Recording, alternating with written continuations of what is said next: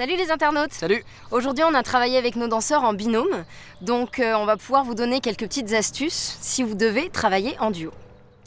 Il y a pas mal de choses qui sont importantes, mais dans le désordre, déjà il faut savoir définir son espace. Il y a plein de manières différentes de définir son espace.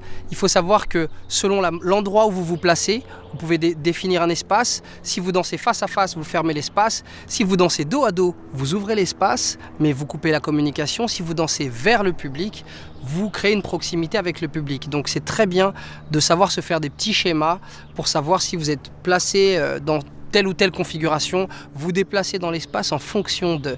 Ça vous permet de raconter l'histoire de différentes manières. Ensuite, il y a le choix de la musique. Si vous choisissez une musique avec un rythme relativement soutenu, il faut adapter votre chorégraphie et vos steps en fonction de ça. Si vous partez sur une musique avec beaucoup d'accents, essayez de les faire ressortir, de faire des accélérés, des ralentis et d'en profiter pour danser sur des niveaux différents. Ça vous donnera un petit peu plus de relief. Et ensuite, sur la relation que vous devez avoir entre danseurs, il faut savoir que ce qu'on voit et ce qu'on ressent, c'est très lié.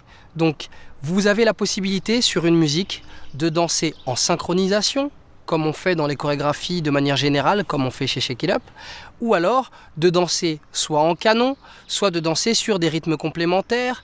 Une personne peut danser sur une basse, une autre sur un violon, une autre sur un piano, et on peut changer comme ça. Mais ce qui est important, c'est que ce soit choisi. Il faut toujours choisir quel est l'axe. Donc n'oubliez pas, choisir son espace, créer les espaces. On peut se placer un devant, un derrière, ça agrandit.